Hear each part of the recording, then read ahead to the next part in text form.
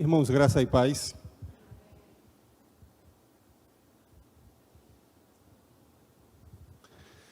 Vamos orar, agradecer a Deus, né? Um dia especial como hoje. Hoje é a celebração da ressurreição de Cristo. Um dia único na nossa história, porque podemos olhar e perceber que nosso Redentor vive. O nosso Redentor vive. Hoje de manhã nós tivemos um culto muito agraciado, muito abençoado. E hoje, nesse momento à tarde, nos reunimos novamente para celebrar a morte e ressurreição de Jesus. Pai, nós te pedimos a Tua graça sobre nós, os Teus filhos. Continua a falar conosco para a Tua honra e para a Tua glória. Fala aos nossos corações, porque somos Teus filhos, carecemos ouvi-lo em nome de Jesus. Amém. Irmãos, abra sua Bíblia, lá em João.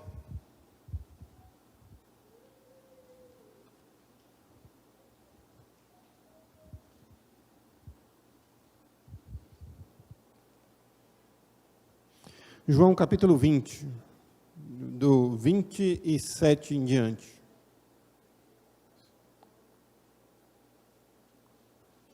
Aqui é o encontro de Jesus e Tomé. Tomé é tido como o incrédulo, alguém que não creu no primeiro momento na ressurreição de Cristo. E Jesus se encontra com ele nesse momento e diz o seguinte, e disse a Tomé: coloca aqui o teu dedo e vê as minhas mãos. Estende a tua mão e coloca no meu lado. Não sejam incrédulos, mas crente. Tomé lhes respondeu: Senhor, meu Deus. Aliás, Senhor meu e meu Deus. A ressurreição de Cristo é a marca da nossa fé. A ressurreição nos leva a um outro patamar, um outro nível de credulidade. As outras religiões do mundo, então, acreditam no seu fundador, no seu patriarca, de maneira tão intensa quanto nós acreditamos em Jesus. Mas somente o verdadeiro cristianismo acredita na ressurreição do corpo de Cristo. Somente o verdadeiro cristianismo tem a capacidade de perceber, através da fé, a ressurreição de Cristo. E essa ressurreição, ela muda a história humana de maneira que ela é um divisor de águas. Até hoje, a história é dividida entre antes e depois de Cristo. A história, então, é contada a partir do momento em que alguém vence a morte. A morte, o maior vilão de todos, a morte, o maior medo de todos. Quem já leu a versão clássica de Dom Quixote vai ver como ele luta contra a morte. Ele tem, então, os seus rompantes, mas um dia ele morre. O grande herói da Idade Média morre. Os grandes líderes morrem. Os grandes filósofos morrem e lá estão os seus esquifes, os seus corpos. Mas Jesus Cristo morreu também. No entanto, ele ressuscita. E esse Jesus, ele vem até nós dizendo: olha, eu sobrevivi, eu venci a morte, eu estou aqui como aquele que morreu e ressurgiu. E essa ressurreição de Cristo deixa em nós algumas marcas. No grego, a palavra marca é estigma. Daí vem a palavra que nós usamos: não estigmatize alguém, não marque essa pessoa. Então, essa ressurreição gera algumas marcas. Jesus chama Tomé e diz: toca aqui na minha mão, toca aqui do meu lado. Veja as marcas dos pregos e a marca da lança. Veja tudo isso. Venha e veja. No grego, então, a palavra marca, estigma, era usado para marcar alguém. Um escravo, por exemplo, ele era marcado com ferro, para ferrá-lo, literalmente, daí vem a expressão de fazer algo, de marcar alguém. Era um instrumento, então, que deixava sua marca em algo ou em alguma pessoa. A palavra tatuar também pode ser usada como estigma, e era usada na marcação de escravos e criminosos. E nós vivemos num mundo caído, onde trazemos muitas vezes em nós, não as marcas de Cristo, não a marca da ressurreição de Cristo, mas a marca do pecado. O chamado para nós da ressurreição em Cristo Jesus é justamente essa: se deixe marcar por mim, se deixe marcar pela minha história, se deixe marcar então pela a minha ressurreição, deixe-se marcar por tudo isso, deixe-se marcar. Paulo vai dizer: trago no meu corpo as marcas de Cristo. E quais são as marcas da ressurreição na igreja? A primeira marca é a marca do amor. Aqueles que ressurgirão com Cristo estão marcados pelo amor de Cristo. Nós não precisamos trazer uma tatuagem no ombro com o nome Jesus. Não precisamos marcar o nosso corpo como alguns marcam, expondo algumas dores. Nós precisamos ser marcados pelo amor de Cristo. Esse amor, então, é a grande marca que Jesus Cristo disse: se vos amardes uns aos outros, serão conhecidos como meus discípulos, João capítulo 15. É esse amor que muitas vezes nos falta, é esse amor que muitas vezes nós não percebemos. A marca da ressurreição na vida da igreja é o amor. Mas deixa eu explicar uma coisa para você. Deus é amor. Nós simplesmente amamos. Muitas vezes nós cobramos do outro que ele também seja amor. Não dá ainda, enquanto vivermos nesse corpo, sermos totalmente amorosos. Ainda carregamos marcas da nossa própria identidade. Mas nós precisamos amar ao próximo, precisamos amar a Deus, precisamos que o amor de Deus seja derramado em nossos corações, porque um dia as profecias irão desaparecer. Não vai ser mais necessário fé, porque veremos face a face, mas o amor permanece, porque o amor está em Deus. Quem ama está em Deus, quem ama participa então da essência divina. Tudo que você vê, percebe, vai passar. Então o amor é maior do que a fé, maior do que a esperança, maior do que tudo isso. O princípio arquitetônico da fé, ou o princípio arquitetônico do cristianismo: fé, esperança e amor. E o maior desses é o amor. Segunda característica daqueles que foram impactados pela ressurreição: humildade. Somente os humildes são capazes de amar. Os orgulhosos estão cheios de si mesmos e não podem ser cheios de Deus. O amor de Deus é derramado em nossos corações, diz Paulo escrevendo aos Coríntios, aos Romanos, melhor dizendo. Nós precisamos dessa característica.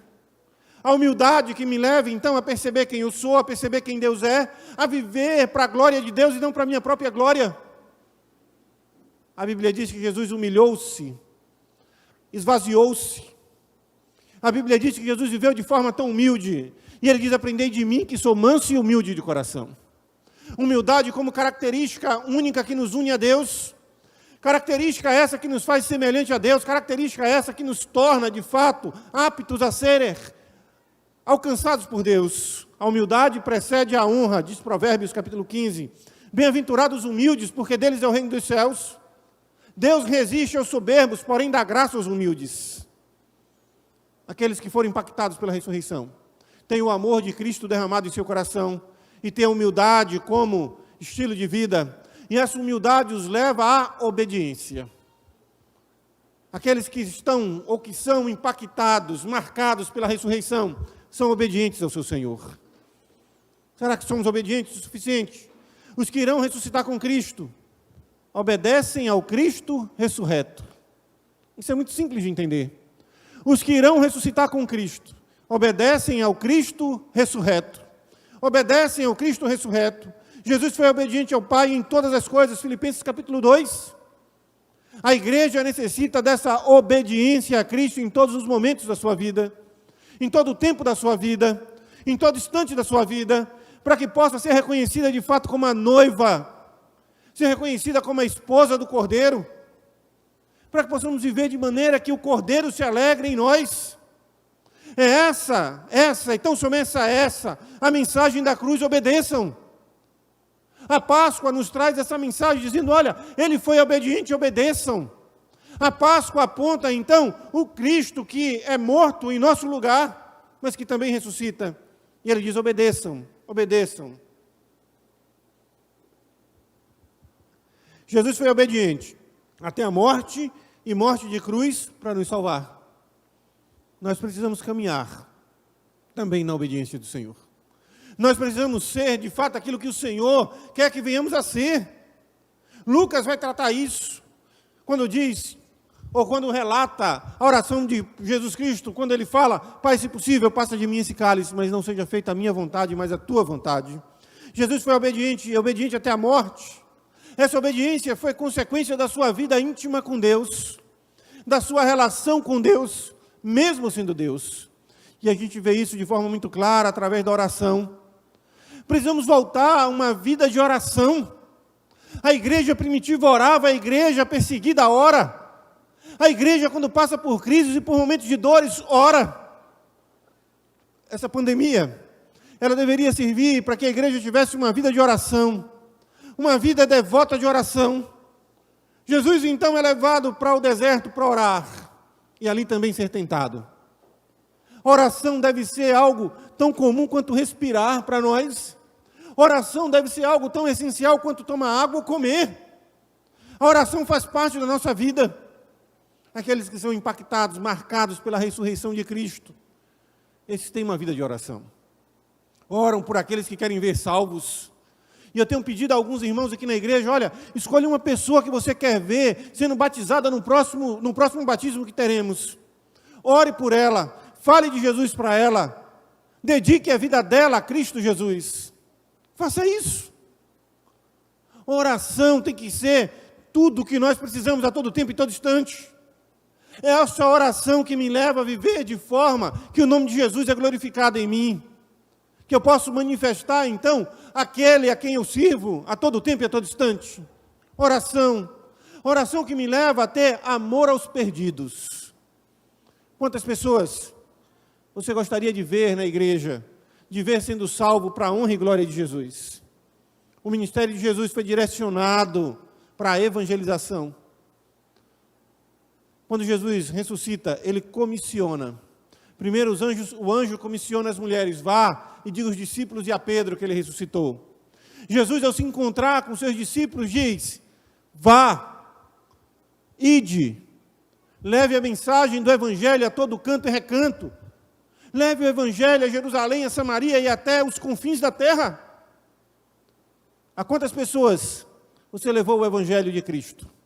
Pessoas que são impactadas pela ressurreição, elas têm uma necessidade muito grande de falar desse amor, de viver esse amor, de apresentar Jesus. Jesus como o único caminho, Jesus como aquele que pode salvar de fato, o único que pode salvar. O Espírito Santo nos dá poder para sermos testemunhas. Você tem testemunhado do seu time de futebol, você tem testemunhado de que lado político você está. Você tem testemunhado aquilo que você gosta, mas não tem testemunhado de Jesus. Não tem. De vez em quando eu vejo em alguns grupos, ou em algumas falas, as pessoas defendendo com unha e dente, uma ou outra pessoa, ideologicamente falando, mas eu não vejo defender Jesus com a mesma garra, com o mesmo amor, com a mesma dedicação. Precisamos defender Jesus. Precisamos falar de Jesus, precisamos mostrar ao mundo que há sim esperança. Eu vi uma imagem do Luiz Saião, postou lá na rede social dele, depois eu até curti e republiquei. Alguém assistindo televisão e disse, eu estou perdido. Alguém lê na Bíblia e disse, eu estou salvo. Alguém assistindo televisão disse, não há esperança. Alguém lê na Bíblia e disse, há esperança. É essa esperança que aqueles que foram impactados pela ressurreição levam. É essa esperança que aqueles que conheceram o verdadeiro Jesus levam. Para isso, os que são impactados pela ressurreição, têm os seus corações cheios de amor, têm de fato uma humildade sem igual, obedecem a todo tempo e todo instante o seu Senhor, oram, têm amor pelos perdidos, mas também consagram as suas vidas. Consagração de vidas. Vida santa. Vida que não tem do que se envergonhar, que podem levantar mãos santas, que podem ficar tranquilos quando oram, porque sabem, então, que Deus os conhece. Esta é uma marca daqueles que foram impactados pela ressurreição de Cristo. Eles querem uma vida santa. Eles querem uma vida, então, que possam agradar o seu Senhor. O Senhor Jesus pode ficar tranquilo ao ver o histórico do seu celular, as conversas que você tem nas suas redes sociais? Pode. O Senhor Jesus pode ficar tranquilo com aquilo que está no seu inconsciente. Você então pode ficar tranquilo se o Senhor resolver olhar as suas gavetas da alma. Consagre a sua vida ao Senhor, consagre os teus bens ao Senhor, consagre tudo que você tem ao Senhor. Consagrar é entregar, consagrar é colocar de fato aos pés do Senhor, é deixar então que o Senhor possa administrar. No Antigo Testamento, quando algo era consagrado ao Senhor, significava que aquilo pertencia ao Senhor e só podia ser usado no benefício do Senhor. É como se eu pegasse essa vasilha aqui e dissesse, eu estou consagrando a Deus. Eu não posso usar isso aqui para mais nada, senão para o trabalho do Senhor. Consagre a sua vida a Deus, para que seja usada tão somente para a obra do Senhor, tão somente para fazer a obra do Senhor Jesus. Com a sua boca você vai exaltá-lo, com o seu corpo você vai adorá-lo, com o teu espírito você vai, então, adorá-lo em espírito e em verdade. Você vai viver de forma que Deus se alegre em você. A igreja tem que impactar o mundo, e só se impacta o mundo quando se vive diferente do mundo. Gandhi, um dos maiores pacifistas do século passado, ele disse algo interessante. Eu seria cristão hoje, se não fosse o péssimo exemplo dos cristãos de ontem. Eu seria um bom cristão hoje, se não fosse o péssimo exemplo dos cristãos de ontem. Isso tem que ser levado em consideração. Você é o evangelho que o mundo lê. Você é a carta escrita que o mundo tem lido. Você é o evangelho. Você é o Jesus que eles conhecem. Precisamos ser consagrados ao Senhor, de fato, mas só é consagrado quem persevera. Quem persevera. Perseverança tem sido difícil. Quantos irmãos ficaram em meio ou no meio do caminho durante essa pandemia? Em março, um ano pandêmico. Um ano que não se relaciona com a igreja, um ano que se afastou da igreja, um ano que suas orações foram esquecidas, suas promessas deixadas de lado. Está faltando perseverança, é muito fácil ser crente no final de semana. E eu acho interessante uma frase de Paulo que ele diz o seguinte: o justo viverá pela fé. O justo não vive de emoções, não vive de eventos, não vive de uma boa palavra, de uma boa música, não vive simplesmente porque fez sol ou fez calor, ou choveu e fez frio. Ele vive pela fé. É a fé. É a fé, ele não vai então se deixar levar por qualquer coisa. Hoje se falta a igreja pelas mais simples razões. Hoje se abandona Jesus pelas mais simples razões. Meu irmão, por que você abandonou Jesus? Porque o diácono olhou de cara feia para mim. Por que você não tem ido à igreja? Porque o pastor passou por mim na rua e não falou comigo. Por que você não tem ido à igreja? Porque o líder do ministério de louvor não me deu oportunidade.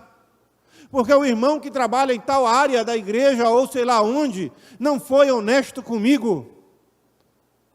Aí a Bíblia diz que nós devemos olhar para Jesus. Aí eu pergunto: Jesus fez o que de mal para você? Jesus fez o que para você? Jesus só fez coisa boa para você. E por causa de um exemplo de uma outra pessoa, você não persevera mais em Cristo? Por causa de um mau exemplo, talvez seu, você não persevera mais? Talvez você nunca creu em Cristo como deveria. Então essa marca deve ser o nosso testemunho eficaz de perseverar em Cristo, independente do que venha acontecer. Será que só estamos em Cristo, então, quando tudo vai bem? Não. Nós precisamos estar em Cristo, porque esse mesmo que ressuscitou com Cristo traz as marcas do sofrimento de Cristo. Quais são as marcas que você carrega na sua alma? Quais são as marcas do seu corpo?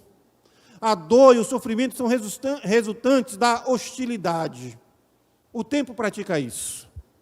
As rugas, os cabelos, a pele. O tempo vai, então, deixando suas marcas em nós. Mas ao chegarmos nos céus, Jesus Cristo vai perguntar: onde estão as marcas do sofrimento por mim? Onde estão os teus joelhos marcados pela oração? Onde estão as tuas lágrimas diante do sofrimento do mundo? Onde está a tua angústia pelo fato de não poder ser tudo aquilo que você podia ser? Se sofremos com Cristo, com Ele reinaremos. Sabiam disso? Você está sofrendo com Cristo? A Bíblia diz: bem-aventurados que choram, porque serão consolados. Tem neguinho que chora porque o time perdeu. Conhece alguém aí que chora quando o time perde? Meu time perdeu. Já te pediram oração? Pastor, ora aí, porque meu time vai jogar lá e tal, ele precisa ganhar hoje. Chora porque o time perde. Chora porque acontecem 1 milhão de coisas, mas não chora pelos seus próprios pecados, pelas suas próprias mazelas. Não chora por Cristo, não chora pelo reino. Esses que choram por esses motivos banais não serão consolados, não. Mas quem chora pelo reino, quem sofre pelo reino, isso sim, esse sim será consolado. Esse sim vai ser consolado. Ainda que não gostemos de admitir, é algo que deve ser dito: o sofrimento faz parte da própria natureza da vida com Cristo. Se com Ele sofremos, com Ele reinaremos. A igreja precisa passar por um processo de purificação. Se você olhar a história dos hebreus, quando eles vão entrar na terra prometida no primeiro momento, saindo do Egito, há uma limpeza ali. Muitos ficam no meio do caminho. Muitos são deixados para trás. Isso se repete de novo com o holocausto. Muitos não conseguem retornar para a terra prometida. E hoje, no meio dessa pandemia, muitos estão se recusando a sofrer com Cristo. Ah, pastor, eu repensei a minha vida, eu preciso me amar mais, eu preciso valorizar mais algumas coisas, então, dando vazão aos seus desejos carnais. É ou não é?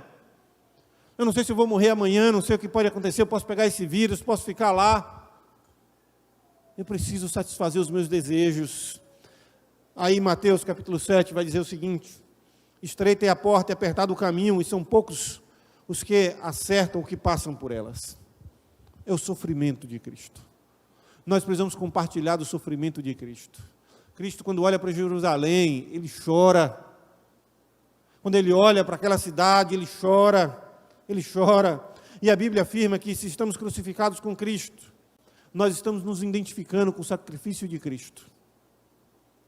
Nós precisamos ser sacrificados, nós precisamos ser, de fato, consagrados, crucificados, para que possamos nos identificar com esse sofrimento.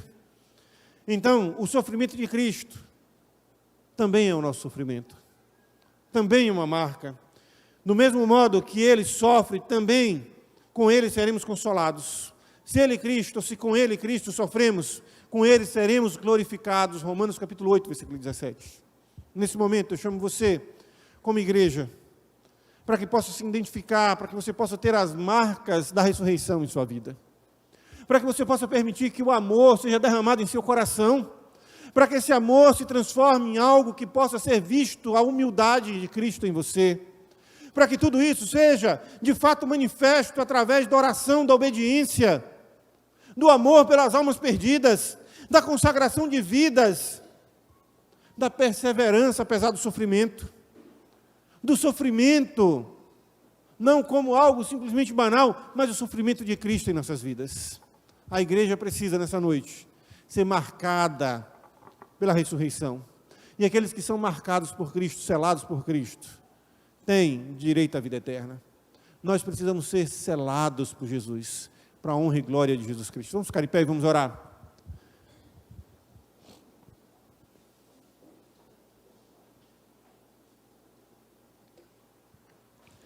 Pai, nesse instante, nós te pedimos a Tua graça sobre nós, os Teus filhos.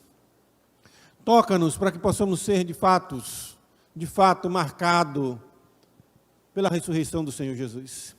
Toca-nos para que possamos ser de fato, marcados pelo Teu amor, para que possamos viver em novidade de vida, consagrado a Ti, vivendo de maneira que Teu nome seja engrandecido em nossas vidas. Abençoa-nos, Pai, nesse instante em que celebramos a Páscoa, a ressurreição de Jesus.